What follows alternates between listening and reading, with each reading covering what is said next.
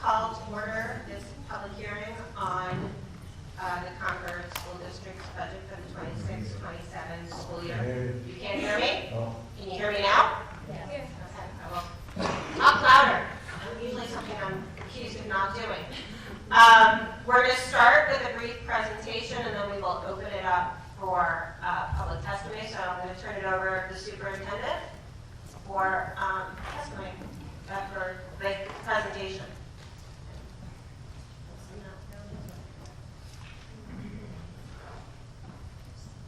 All right, thank you, Ms. Walsh. So I'm the third superintendent in Concord School District, and tonight we're going to take just a quick minute to review how we got to where we are currently. We'll take an opportunity to look at our state revenues and shortfalls there. We'll look at declining student enrollment, the impact that those two factors, as well as federal revenues falling short, have had on this year's budget. In addition to that, we'll take a look at some of the discussions that the board has been reviewing. I want to stress tonight that things they talk about when it comes to reduction of staff are discussions. The budget that's posted right now is a draft budget. It is not a finalized budget. This is an opportunity for us to hear from the community about their thoughts about the proposed budget, and for the board to take that information, have the opportunity to work and continue to work at a budget that, one, comes in fiscally responsible, but two, it reflects the will of the community and the tolerance of the community for the budget that we put forward. So with that being said, I'm going to let Mr. Dunn start this meeting, going over some of the financial pieces. As we get going, I'll touch base on some of the potential reductions, and then we'll wrap it up with a overall summary of where we're at. You ready, Jack? Yep, well, you can hear me okay? Yes, we can. Okay. All right. So there's the presentation that's in the board folder that'll be posted online. At a high level, this is the budget that was presented on February 11th as a draft budget. That budget was a 9.56% increase in expenditures, or $10.9 million. The budget that was posted after board work sessions resulted in a $32,000 increase, or 0.03%. On the revenue side,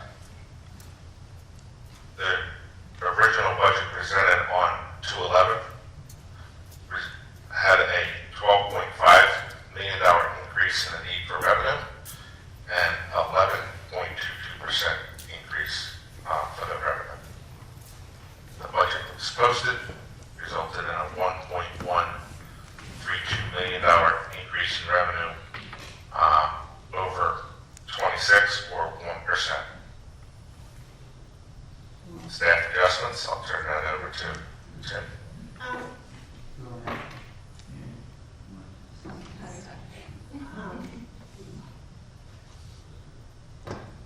Mr. Dunn, I just think that was a little, might be a little confusing, because the revenue adjustment that you talked about is for what's in the district's budget, but our revenue needs are, we didn't talk about the state reductions or anything at this point, so it's not a 1.1% increase in revenue, local revenue.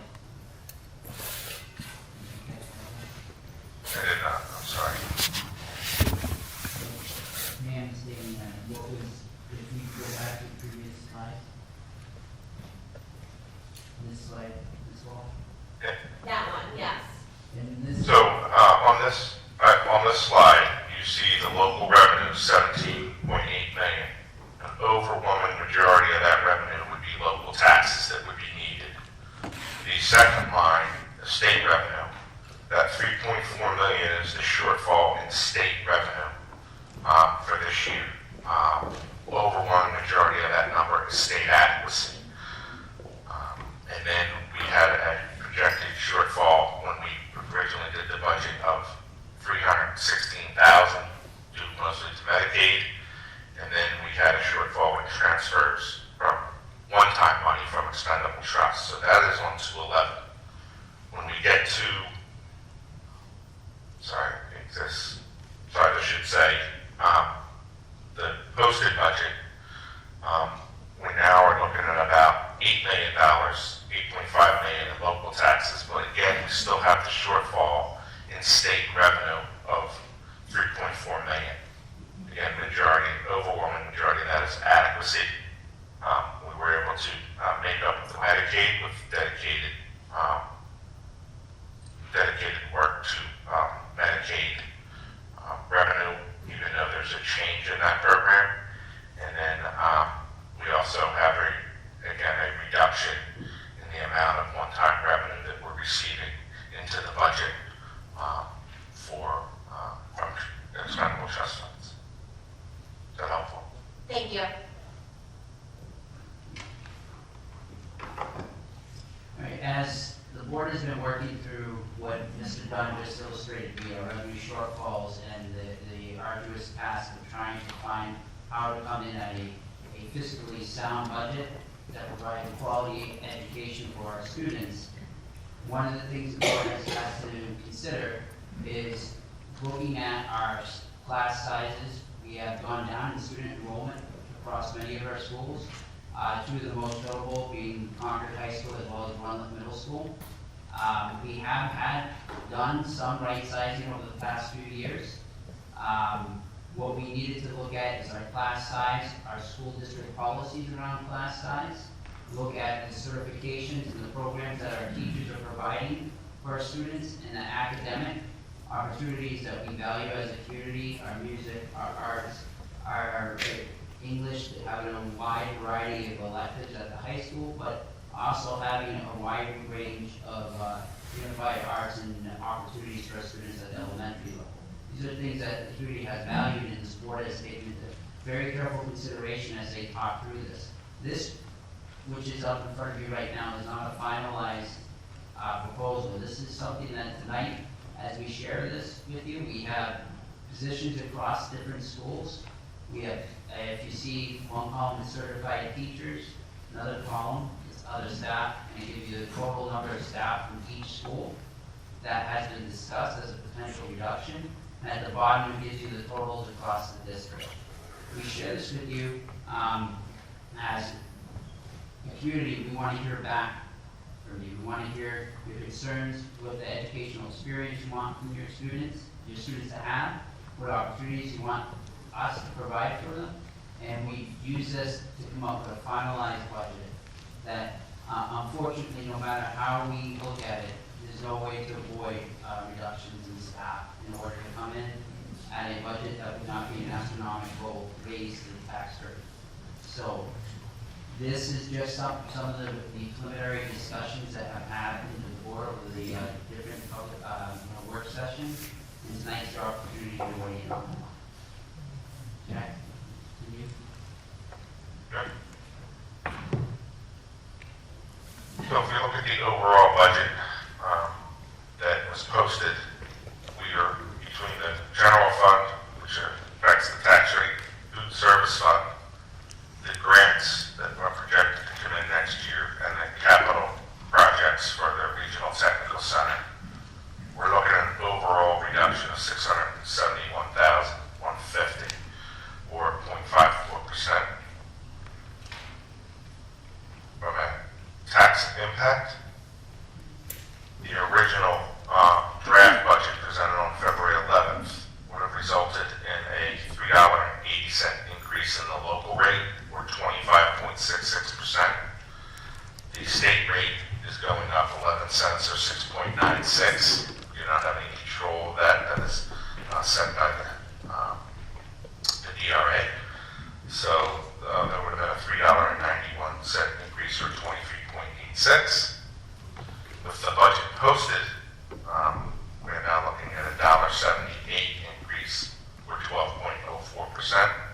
Again, nothing we can do about the state. When you combine the two, it's $1.89, or 11.55%. So the posted budget, what makes up the local rate of where the money pieces of the taxes are going, you got 0.04%. We're raising $32,000 to cover the increase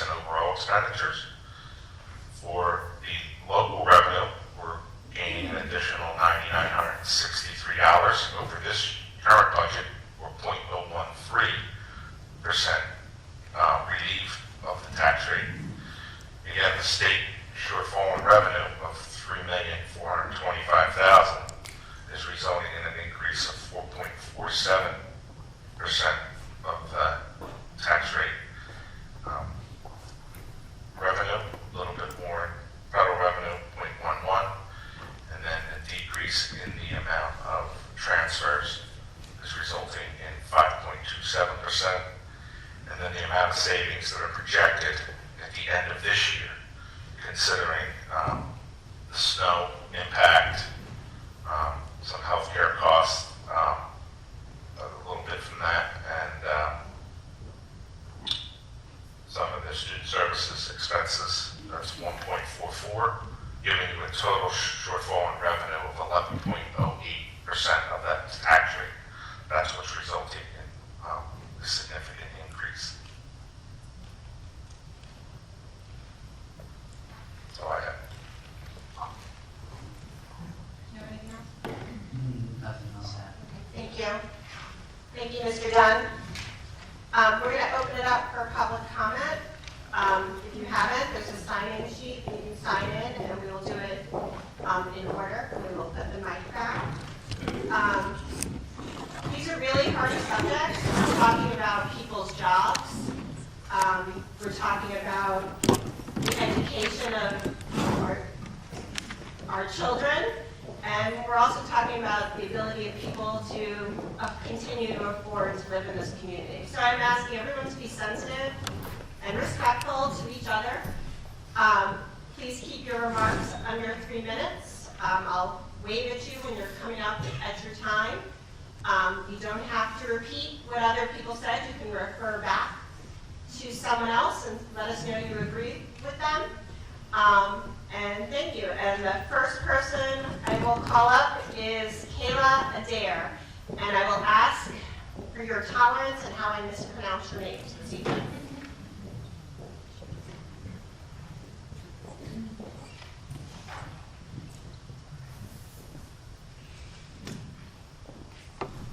Hello, my name is Kayla Adair. Oh, You can speak into the microphone. sure. Can you hear me now? Perfect. Okay, hi. I'm a teacher, I can do that. I'm Kayla.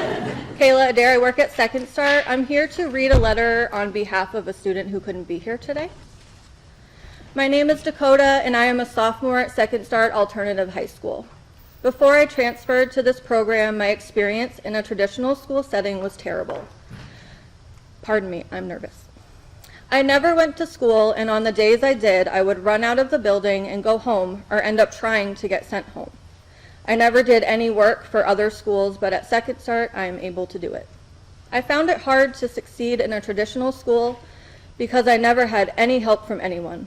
Second Start is the only school that has ever helped me. These teachers are amazing and are the only reason I'm trying to graduate. Without them, I won't be able to be in school anymore.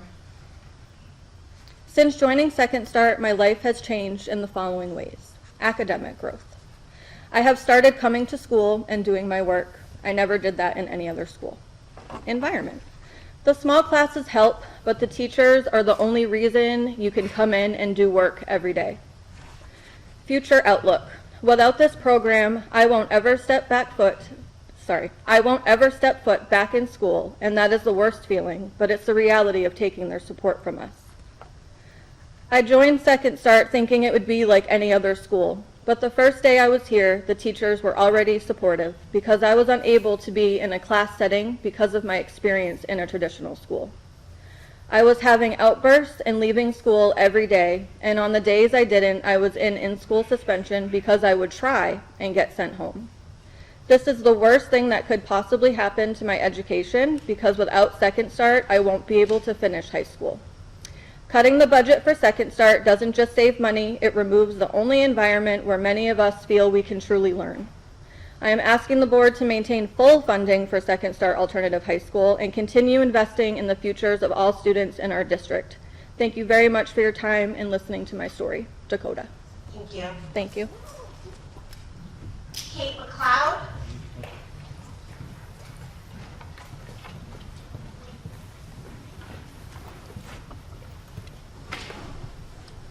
This a good height right here? Okay.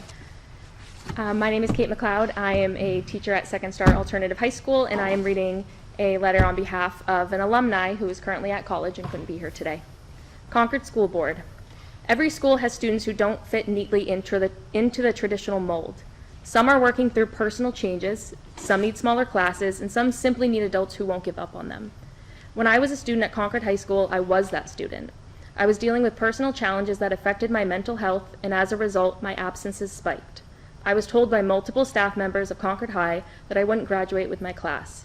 Hearing that made me feel completely given up on by staff, causing me to eventually give up on myself. Everything shifted when I started attending Second Start at the beginning of my sophomore year.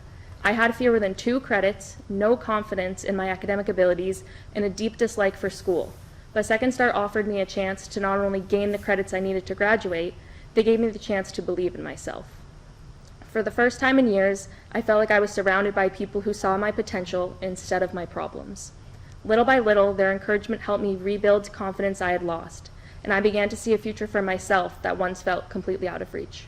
I am now graduated from high school, living that future that Second Start helped me see for myself. I am a first-year elementary education student at Southern New Hampshire University, about to finish my first year with a higher GPA than I've ever had. All of my accomplishments would not have been possible without the opportunities and support I got from the staff at Second Start, and those are the opportunities the Concord School Board would be robbing future students that are like me of if the budget for this program is cut. Second Start didn't just change the direction of my education, it changed the direction of my life. It gave me stability when I felt lost, encouragement when I felt defeated, and a community that I could depend on. There are countless students who are standing exactly where I once stood 4 years ago, unsure of their future and in desperate need of a place that believes in them. Second Start is that place. I am living proof of what this program makes possible, and I urge you not to take that possibility away from the students who need it next. Thank you. Tabby. Kimberly Haley. And just a reminder, if you'd like to sign up to speak, the sign-in sheet is over here.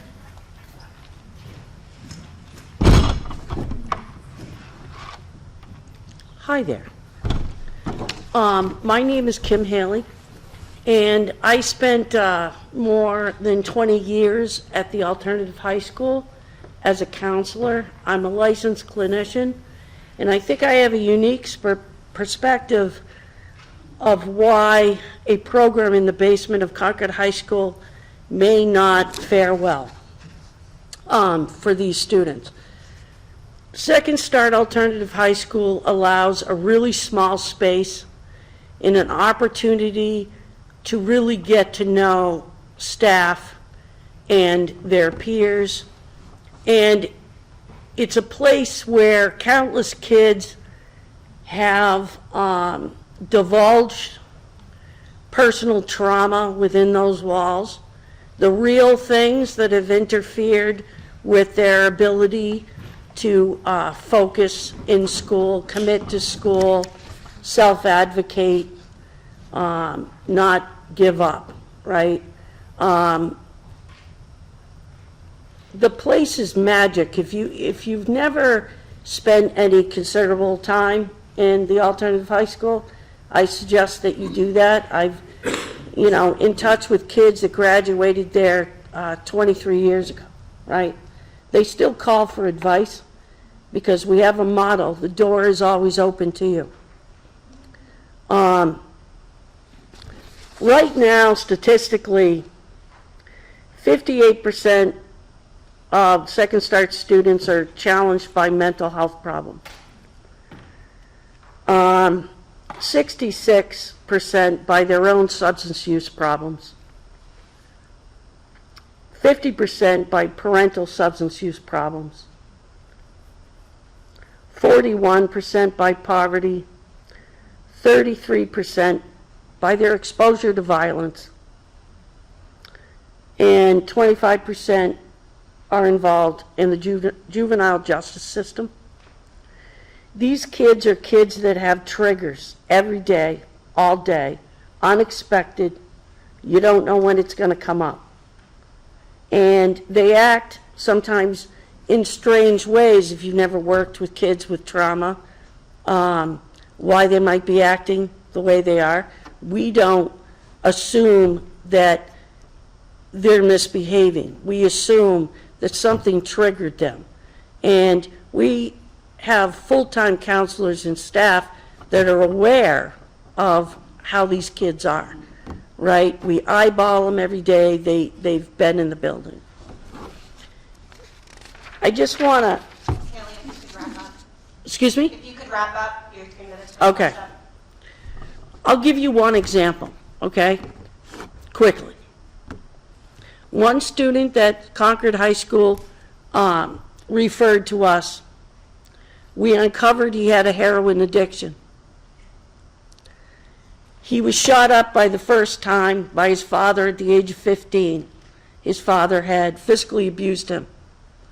He was removed from that environment. I personally drove him to treatment for 8 weeks on the seacoast because the family member he was staying with had no car.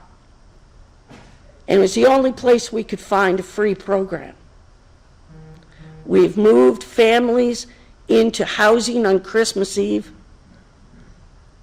and made special protocols for kids who have a history of sexual abuse. We have gone to the ends of the earth to help these kids be successful. And I don't see Concord High having the capacity to get down in the mud and understand the depths of these kids' pain and what it takes to help them succeed. And I gave testimony. Thank you. Jennifer Bell.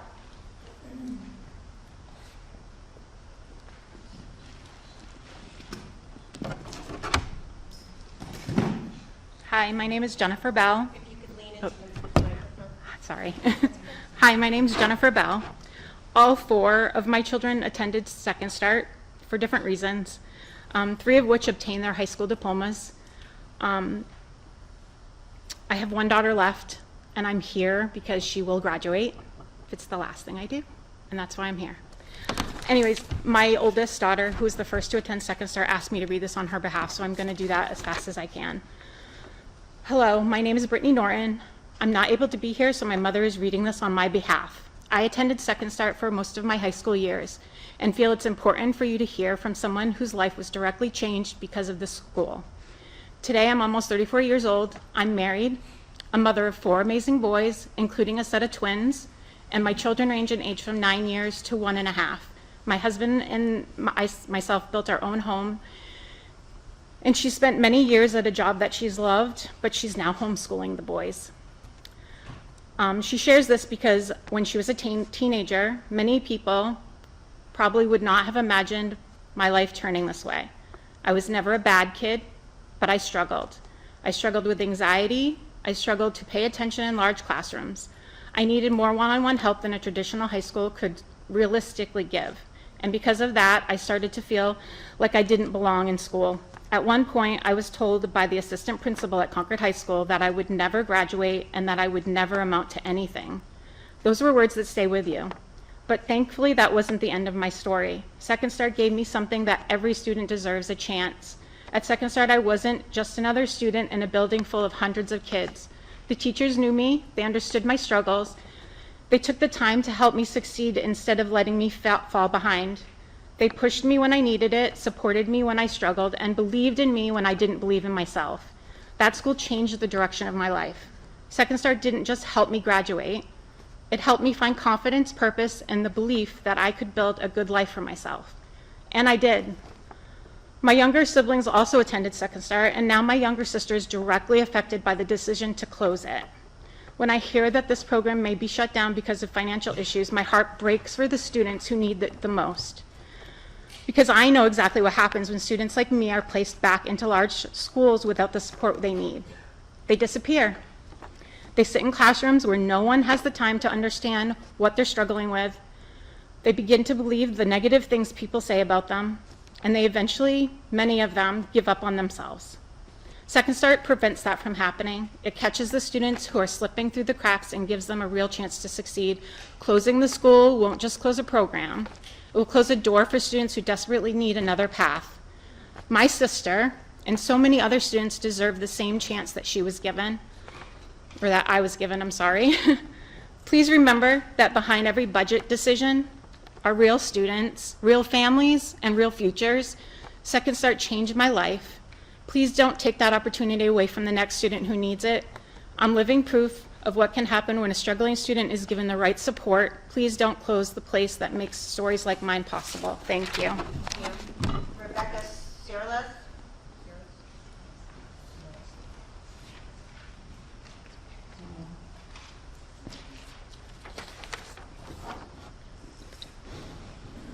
Not meant for short people.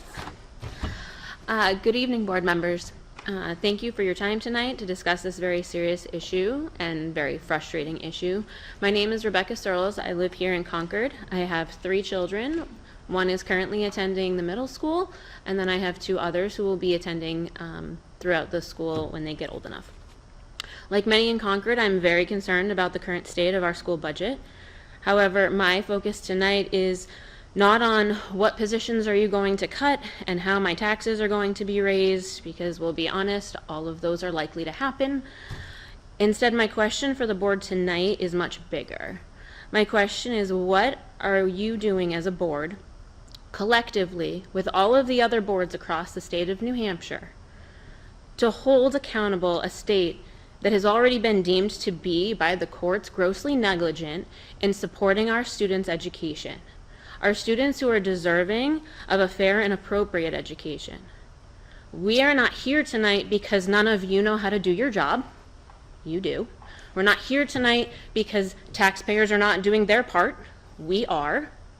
We're here because, quite frankly, at the end of the day, we have a state that is not supportive of our students' education. And that's where the problem lies. So my question is, what are we doing about it? Because right now we're stuck in, for lack of a better word, a pissing match between the school board and the citizens. You are not paying off ridiculous amounts of money. Taxpayers, we have to keep paying it, but it's not your fault. A recent report by the National Education Association came out with staggering real-life numbers that, quite frankly, we should all be ashamed of in the state of New Hampshire. Because in this state, 90% of our students attend public schools.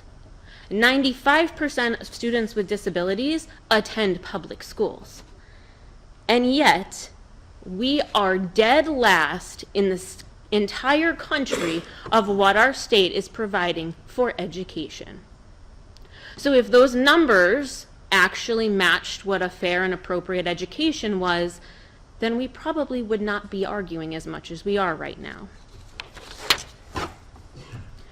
So yes, we always need to be looking at budgets. Are there ways that we can reduce numbers? Are there programs that maybe aren't working? Are there things where years ago we thought moving everything to a technological world made sense? Now there's a lot of research that says elementary school should not have technology.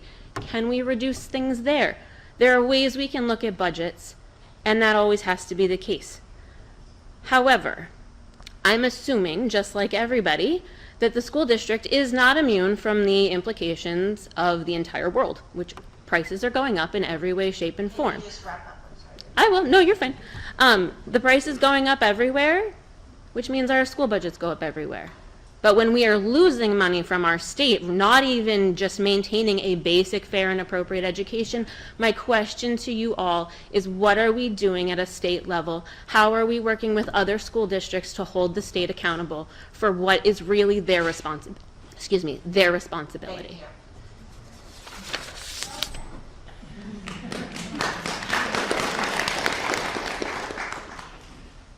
Shayla from North State Street. I'm not even going to try to mangle your last name. Sorry. I want to hear it. Please pronounce it correctly. Masharelli. Okay. So I am the counselor at Second Start currently, and I'm reading a letter from a parent who is here with her current student that's enrolled there. I would like to share a success story with you about Second Start. My daughter was having difficulty attending classes within Concord High School environment during her freshman and sophomore years. My daughter felt threatened by some students, and this situation was not appropriately addressed. She would reach out for assistance to be told, "You are the problem." She was set up for failure when she was moved forward to her sophomore year while only passing one course during her freshman year. This led to anxiety issues, gastrointestinal matters, and her refusal to attend classes because of the atmosphere within Concord High School. Following a meeting with her counselor, assistant principal, and principal, where we finally were told about Second Start. What a difference. My daughter looks forward to attending her classes, which are much smaller in size, and she is treated with respect and feels like she is succeeding. I am sure my daughter isn't the only student benefiting from being out of Concord High School setting. Please think about those students who are thriving in Second Start location that currently exist and let them continue on the road to achievement. So that is the end of the letter. I personally, as a person that went to Concord High School, I was a student that fell through the cracks. I still somehow managed to graduate and everything, but I was not someone who ever was checked in with by a counselor, or no one noticed or commented when I had bruises or harm marks or anything. Like, there was no looking at me because I was just a quiet kid. And the kids that we have at Second Start are kids that would fall through the crack if they were back in Concord High School. And I know how hard it was for me to be someone that fell through the cracks, and I don't want that for these students either. So, thank you. Thank you. Chris Schultz?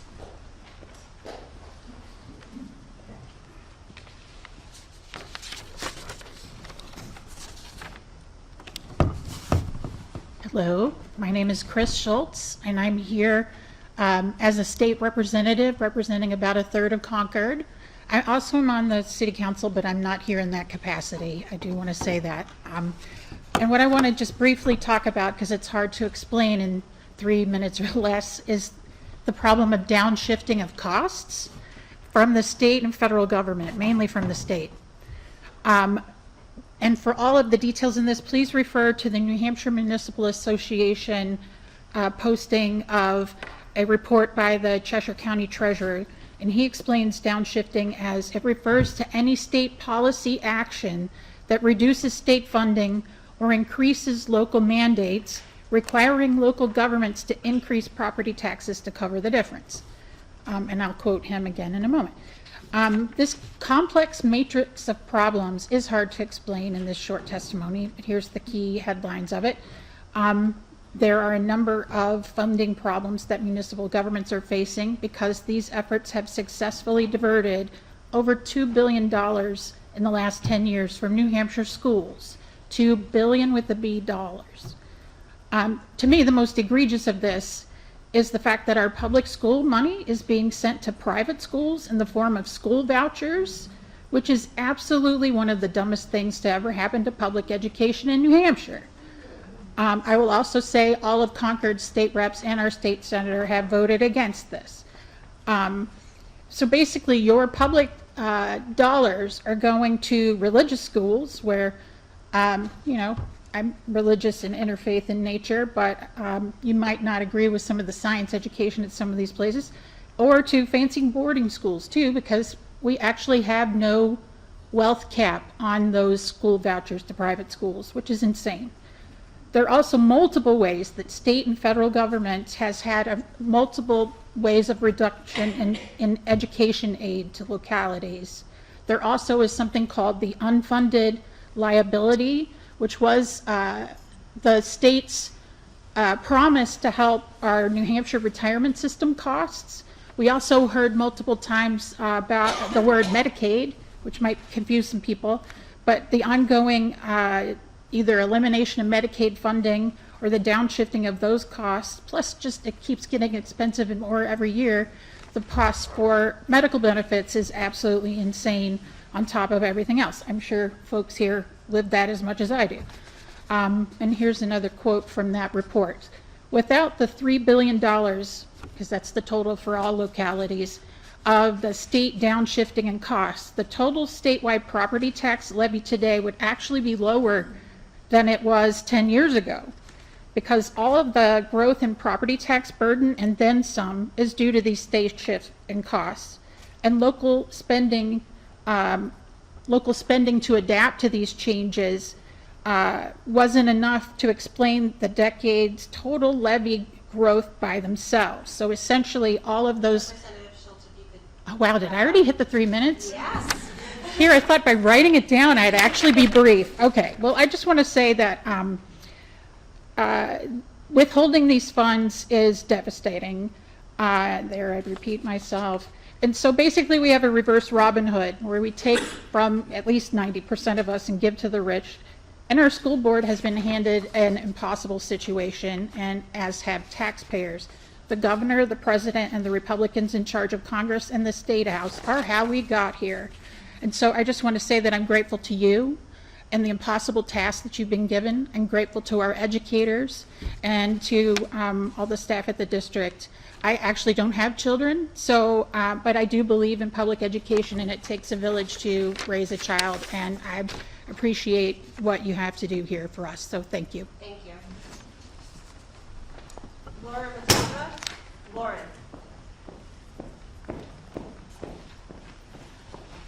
Hi, I'm Lauren Mateva. I'm a 4th grade teacher, it's okay, at Broken Ground School. I've been teaching in the Concord School District for 20 years. First, I'd like to thank you for the work you do to support our schools, staff, and students. I know the decisions you make are not easy, and I appreciate your commitment to our district. I'm here tonight to advocate for our students, particularly those in special education, and to share why filling the assistant principal positions is so important to their success. In today's classrooms, the needs of our students are more complex than ever, much different than in years past. Many of our students require individualized support, behavioral interventions, and close collaborations between teachers, families, and specialists. When we have administrators who deeply understand special education law, services, and student needs, it ensures that decisions are made quickly, appropriately, and in the best interest of our students. For example, in one of our classrooms, a Tier 3 student with significant behavioral and learning needs escalated. With Nancy Coffin's specialized training and deep understanding of individual student needs, she can often intervene earlier, guide staff through appropriate de-escalation strategies, and coordinate support in real time. Her presence can help prevent situations from reaching a crisis point, reduce the need for emergency responses, and ensure that students receive the appropriate care and interventions within the school setting. When these positions remain unfilled, the impact is felt in real ways. Case managers carry heavier workloads, teachers spend more time navigating systems instead of teaching, and most importantly, students may not receive timely support.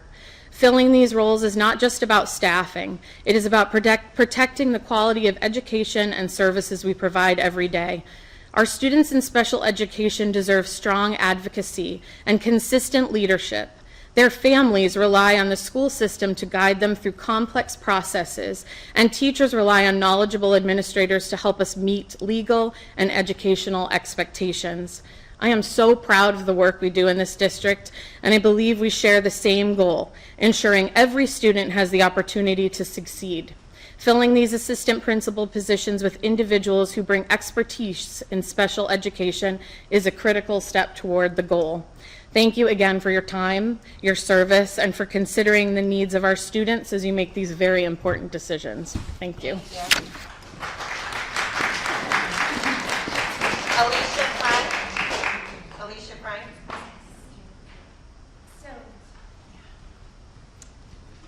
Hi, my name's Alicia Frank. I'm the school psychologist at Millbrook and Broken Ground. Talk into the microphone. Yeah, is that better? Otherwise, Concord TV won't be able to capture it. People can't hear you. Is that better? Yeah. Okay. So Lauren really just said so much of what I am going to say, and I wish I had spoken more to her. This letter I am saying on behalf of the special education team at Broken Ground, but please know I feel strongly about all the AP positions. There's only 2 leadership positions at the elementary level, and there's one that has that special education expertise. And without that person in the building in real time, it's almost impossible to maintain the level of legal fidelity and speed that we need to make the decisions that we need. That was my input. This is the letter that the special education team, the case managers, speech pathologists, occupational therapists, and myself put together. And it was specifically about Nancy Coffin, because she's our woman, and she's the last one hired, so we wanted to. What? I'm trying. I'm right here. Is that okay? Okay. Oh, like that. Okay. Yeah. People just have to lean so far.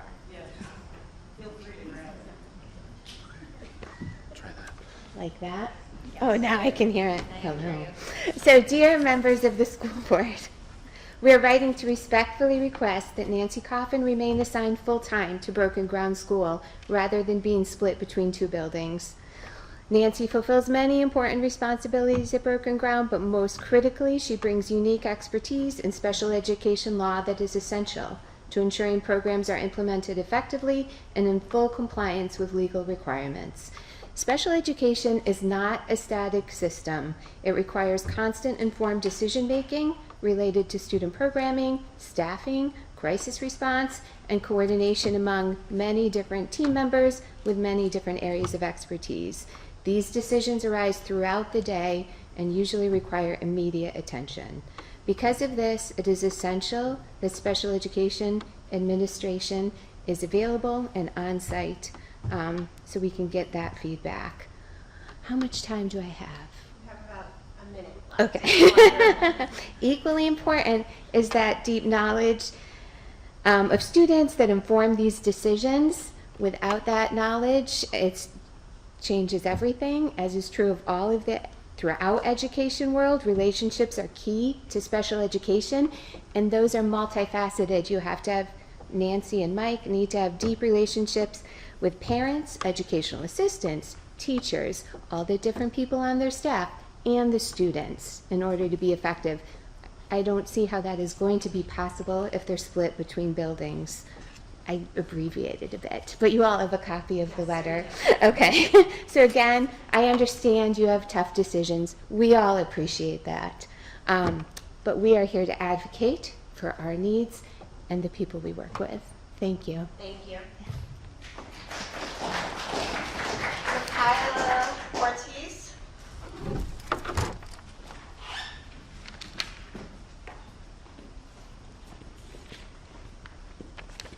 Hello.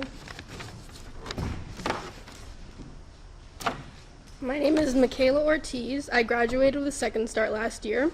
Before I transferred to this program, I was struggling in school. I would never go to classes, never turn in my work on time, not participate in group work or field trips, and when I did go to class, it was hard for me to pay attention. I struggled with communicating to my teachers when I needed help, but when I did ask for help, I still felt lost in what I was doing. I only had one credit at the end of sophomore year, and I felt like I would never graduate high school. While dealing with these problems, my father had passed away, and I struggled even more with feeling lost.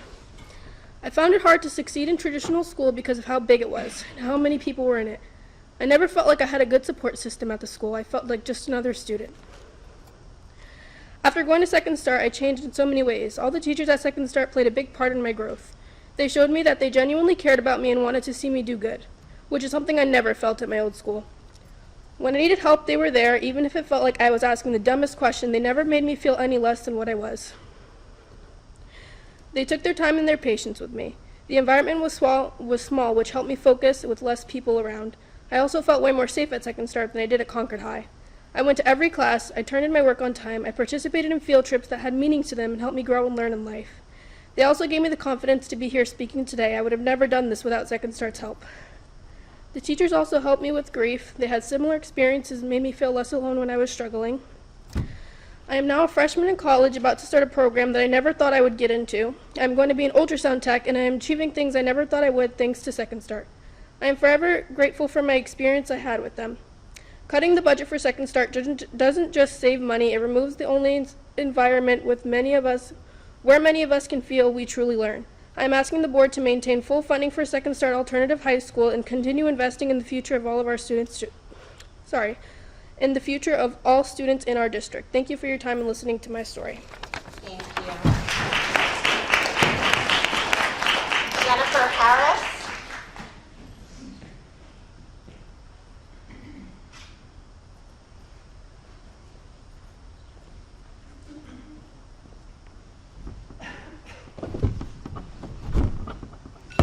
Hello. I'm here speaking.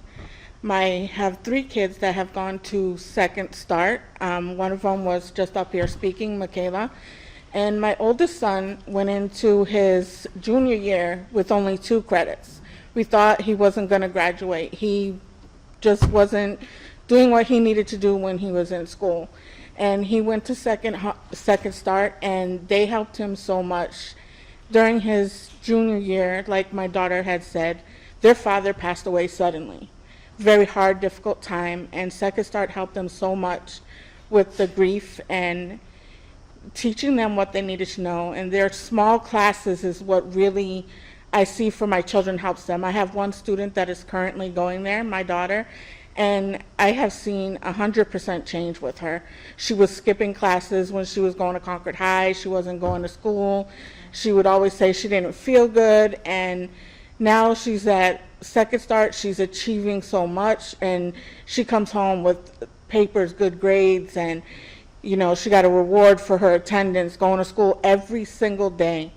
And anytime I have a question about anything for my students, I call, and Jackie and all of them, they're wonderful. They accommodate, they listen to us as parents. We want to know that you're truly listening to us. And when I call and I talk to them, they truly listen. And if I ever have a problem with somebody or something that I feel isn't my daughter needs help with, I call them and I let them know, and they've always been there. So the funding for them, I would ask you to please not cut that out, because students need it. And my daughter, I know that if she goes back to Concord High School, she will not go. She will skip, she won't go to school. So please keep the funding for Second Start. Thank you. Thank you. Roy Schweiker?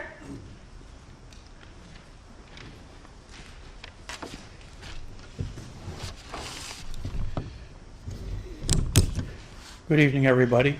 I'm Roy Schweiker, and what I'm going to tell you is nothing that's going to surprise you, but I'm going to give you some numbers. I think that the cuts you're proposing, I'm not an expert on where they're being found, but they're not enough. The City Council got a report on the revaluation, and because of the redistribution of the taxes, commercial properties are going to be paying 11% less tax than they are now, assuming that it goes up 5%. And you know, traditional homes and duplexes and whatnot are going to be paying, you know, somewhere in the 13% range more if you only raise it 5%. But manufactured housing, the assessments are going way up. They're going to be paying 40% more in taxes, even if you only raise your budget by 5%. So if you raise it 11%, well, you know, you're telling the manufactured home people, you know, obviously you're not having a big enough raise in your taxes. So I think you need to try much harder to cut back on things. I think, you know, look at your class sizes, see how many teaching staff you can get rid of. Look at the administration people. That's something that's going up far more in expense than the money for teachers in the past couple of decades. See how many of those people you didn't have 20 years ago, and maybe you could do without them. I think you need to do something about the new middle school. My understanding is that originally Plan 2025B was going to raise the taxes by $228. Well, it sounds like just this one bond you're doing for half of it is going to be raising it that much. You need to do something about that. You need to, number one, make a longer bond. Do you really think the school's going to last only 20 years? Maybe you figure it won't be maintained and it'll fall apart like the existing one, but I hope not. So why don't you go for 30 years anyway? I don't know if you can issue a 50-year bond, but you know, spread that cost out over the amount of time it's going to be used. Don't try and pay it off quick.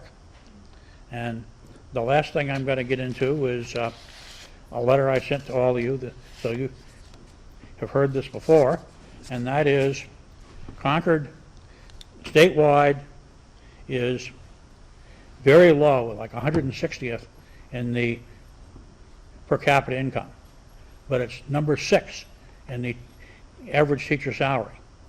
So we're paying far more than our people can support. Right now we have a situation where if you divide the the teacher salary by the per capita income, it's 2.36 in Concord, whereas the statewide average is only 1.69. So you're really asking people to pay a lot more. You're paying teachers, you know, If you could, 10 to 15,000 more than places like Bow when they have a much higher income. So this is something that won't cure the budget this year because you're not going to cut anyone's salary, but you need to keep those increases down to, you know, well below the rate of inflation so they can do it. It's what you have to do, it's fair. And I understand the problem. Mr. You're going to, Schweiker, your time. okay. You used up your time, but thank you. Ayana Valeras.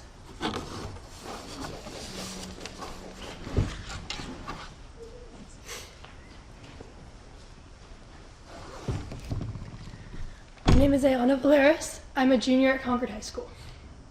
There is something to be said for the kids who find solace in the art room. Those who do not find a community on a sports team or in a science class and turn to the oldest comfort to exist, art. As a person who found my home in the art wing at Concord High School, I speak on behalf of AP Art and the arts at Concord schools as a whole. I also speak on behalf of the hundreds that found comfort but do not have the words for what the art wing means to them. As a person who started taking art classes in middle school and am now in AP Art, the highest class you can take, I am very emotional at the idea of these programs being cut. My sustained investigation in AP Art is about what we leave and what we take with us from our past. In 7 months since September, I've painted self-portraits, landscapes, and photographs. I've also covered what it means to make art without prompt and constant supervision. We have discussed what it means to be an artist in the real world, and I've started selling my paintings in coffee shops. AP Art has grown me as an artist and a person. It also goes without saying that it's not just the programs but the teachers as well that make this flourish. These teachers offer not only critique and compliments, but advice I take with me into my life. When we cut art classes, we lose the very definition of creativity. We cut the ability to learn about ourselves, and we lose the ability to measure intelligence in a way other than numbers and grades. To argue that art is not an essential program is to deny the importance of history, culture, and identity. Classes like Metals and AP Art, as well as classes in the middle school, are the creative exploration needed to enhance our education. If we value well-rounded students, we cannot lose these programs. Art at Concord High School gave me a home, one I painted, decorated, and made my own. I beg you, do not defund our art programs and let others find their home as I once did. Thank you. Thank you.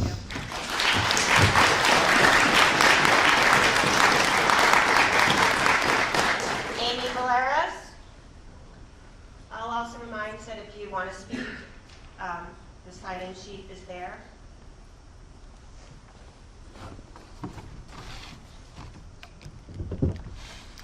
I am here today wearing two hats, as a social worker and as a parent of 3 children in this school district. First, from my professional position, I work in the Concord primary care setting with all ages and including teenagers, the majority of whom go to school in Concord. I am an LICSW and I have a PhD in social work research. Engaging in the arts has been shown to lower levels of cortisol, a stress hormone, increase levels of serotonin, the feel-good hormone. Brain imaging technology has found that engaging in the arts increases blood flow to the prefrontal cortex, which is the part of the brain associated with pleasure, but also decision-making, attention span, and impulse control. This directly counteracts the impact screen time has on developing brains. Providing a space to express without relying on language allows students to experiment and make mistakes, developing the transferable skills needed to become excellent writers, mathematicians, and scientists. Schools with robust art programs have better attendance and higher levels of engagement in school culture, as well as improved standardized test scores. Speaking as a parent, arts have been a home for all 3 of my children, who are each very different from each other. I have gotten a glimpse into their art exposure, and the names of the adults they interact with in this world are regular at our dinner table. Tyler Pike, Samaya Kashi, Aaron Martin, Gabe Cohen, and Bryn Coet are regularly mentioned in stories of excitedly creating a painting, a sculpture, a song. A public school that provides quality arts education is a matter of equity, ensuring all children have access to these benefits.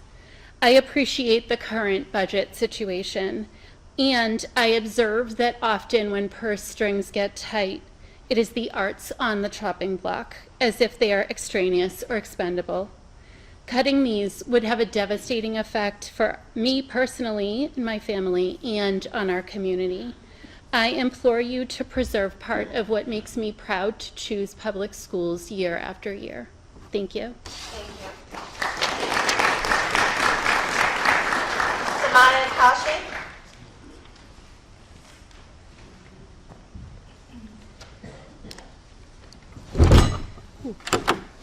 Thank you, school board. Hi, I'm Samai Kashi. I'm an art teacher at Runlet Middle School, and I'm also a parent and a taxpayer in this community. And this is why I cannot stay silent, as our district faces a loss of 37, as of today, 37 positions. 37 is not a minor adjustment. It's not tightening the belt. It's a crisis. And for the students, families, and educators of Concord, it represents something far greater than numbers on a spreadsheet. What makes the moment especially painful is the timing. This is Youth Art Month, when Concord proudly celebrates student creativity and publicly affirms the value of arts education. Right now, our district annual Youth Art Month show is on display at Citywide Community Center, showcasing student artwork across grade levels and highlighting Concord's stated commitment to fostering creativity through the arts education. And yet, at the very same time, 2 of the 37 positions are being considered in the arts. That contradiction should stop all of us in our tracks. As a middle school art teacher, I see every day when public education provides that cannot be measured by test scores or budget lines. I see students come into my classroom carrying stress, anxiety, grief, frustration, and self-doubt, and find a place where they can breathe. I see students who struggle in traditional academic settings discover confidence through creativity. I see students who feel invisible elsewhere feel finally seen. The arts are not an extra, they're not a luxury, they are part of what makes school meaningful, humane, and engaging for so many children. And this is not just about the arts. When a district loses 37 positions, every student feels it. Class sizes grow, course offerings shrink, teachers are stretched thinner, relationships disappear, support becomes harder to provide. The students who need the most stability and connection often feel the loss first and most deeply. As a teacher, I know what these cuts look like inside a school building. As a parent, I know what they mean for families who depend on strong, stable public schools. As a taxpayer, I know public education is one of the most important investments we make together. This is why this moment feels so heartbreaking. And when the arts are among those cuts, we send a painful message that creativity, expression, and joy are expendable. They are not. The arts teach persistence, problem solving, innovation, empathy, and resilience. They give students a voice when words fail them. For some children, the art room is a place where they feel safest, most capable, and most connected to school. In uncertain times, those spaces matter even more. Concord is a community that says it values children, education, and opportunity. If that is true, then we must be willing to defend the schools that make those values real. 37 positions is not just a number. It's 37 relationships, 37 sources of stability, 37 adults who help children learn, grow, and feel known. If we allow 37 cuts like this to become normal, we will wake up one day and realize we did not just lose staff, we lose the kind of public school system our children deserve. Our children are worth more than this. I ask that you please not cut from the arts and really consider those 37 positions. Thank you.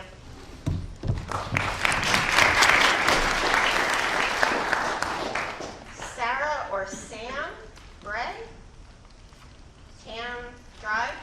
It's a little bit of a credit card signature. Sorry. That's okay.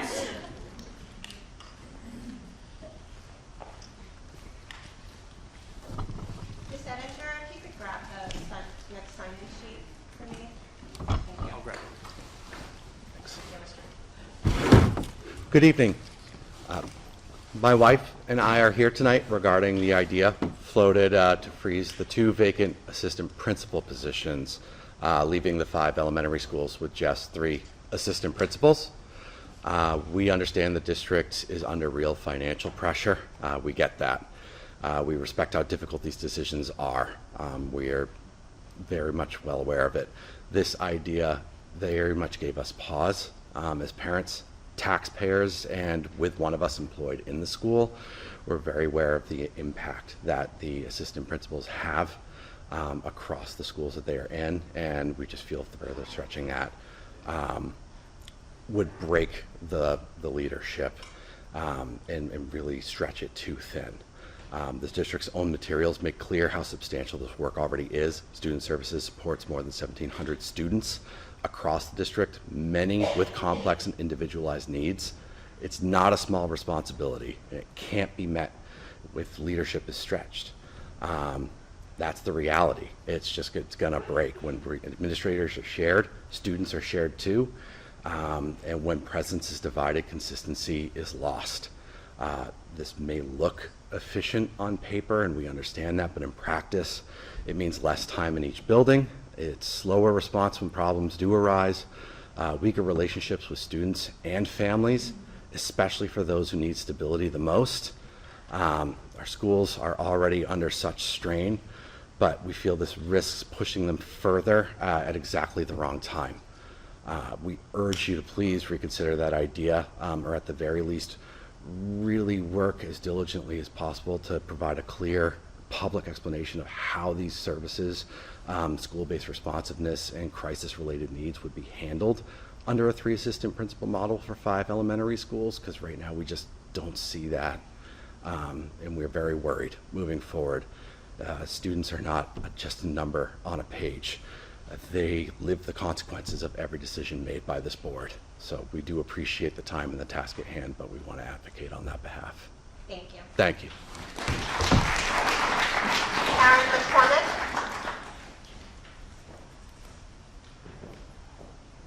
Is there any way that you could put the district portrait learner up before it starts? I don't. You guys can't do that. Okay. My name's Karen McCormick. I'm the art teacher at Broken Ground, and I've been here for the last 27 years. Also a graduate of Concord High and a graduate of the arts program at Concord High. So I just am here tonight, not just as a teacher, but as a student that's gone through these programs. Okay, sorry, a little nervous, but here we go. I am here tonight not only just as an art teacher and a Concord High graduate, but someone who witnesses every day what it means for a student to discover their voice in the art room. In our district's Portrait of a Learner, we describe students who are creative and collaborative and self-directed, young people who think critically, solve problems, communicate effectively, and positively impact their communities. These are not just abstract ideals. They are skills I see come to life every single day in my classroom and in our instrumental music classes too. I see students take risks, try something new, and persevere when their first attempts don't succeed. I see them reflect, revise, and grow, not just in their artwork, but in their confidence. I see them communicate complex, personal, and meaningful ideas. I see them take on large-scale projects and break them into small, manageable steps. And I see them support one another, give thoughtful feedback, and create work that none of them could accomplish alone. These are not just extra skills, they are the skills we say matter most in that Portrait of a Learner. They are the very skills that define our students' future success.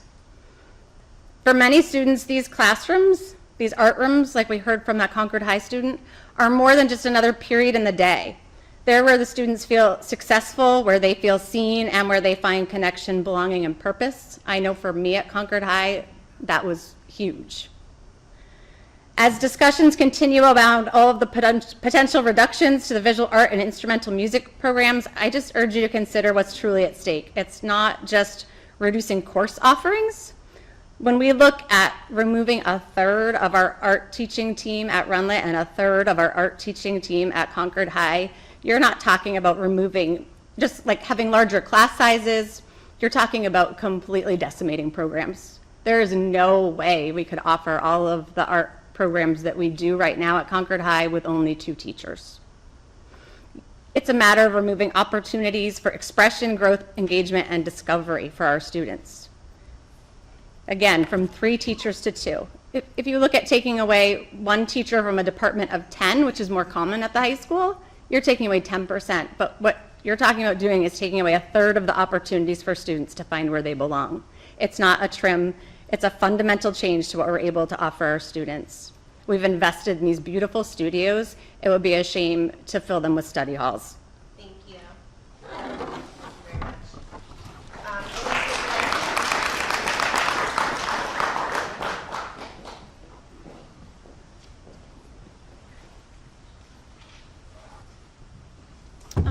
Hi, my name's Elizabeth Leahy. I live in Ward 10 and am the parent of a 5th grader.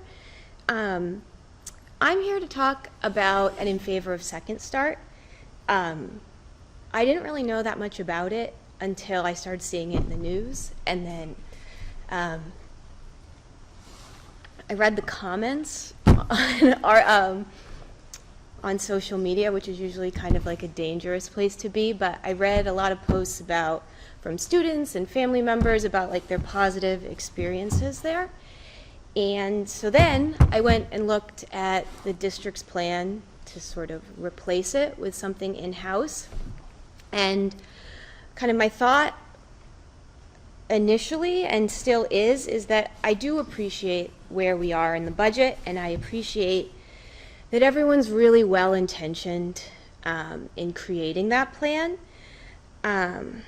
And speaking from very personal experience, I would just remind us that good people with good intentions are just not enough to reach every student. Some kids need something radically different, and in this case, it's attending a radically different school. And I think that disconnect has been on display a little bit here tonight.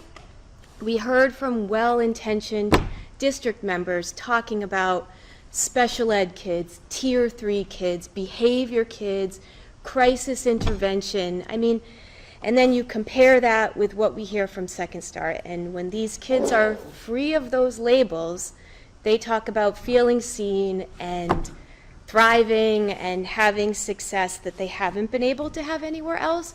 So I guess my point is that I do appreciate the intention behind it and the real belief that I think people have that they can do a good job, and I don't agree. And I hope that you'll reconsider that and support the students and their families that came here tonight. Thank you.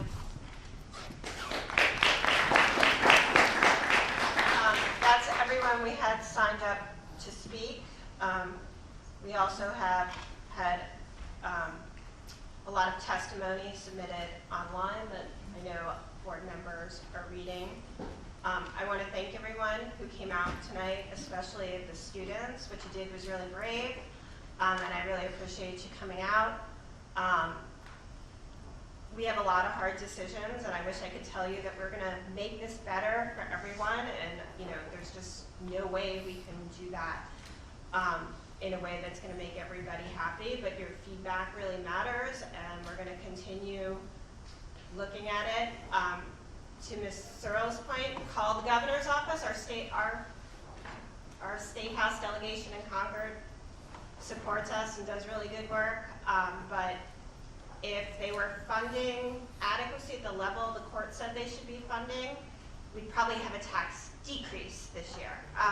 It's about $12 million a year. And that doesn't include some of the unfunded mandates that they have passed on to us. So I'd encourage you to reach out to people who can help with that. Unfortunately, we only have one revenue source that we can control, and it's property taxes, and that's really hard. Does anyone else from the board have anything? If not, I'll take a motion to adjourn. We have another public hearing on Wednesday at 6 p.m. at the central office. I'm going to ask if you testified. Please don't testify again. Let other people have a turn, but please, you are welcome to attend. And we will be voting on final budget decisions next week. Ms. Boucher moves to adjourn. Is there a second? Second by Ms. Meeker. All in favor? Aye. Any opposed? Any abstentions? Motion carries. Thank you. Thank you, everybody. Thank you. Thank you.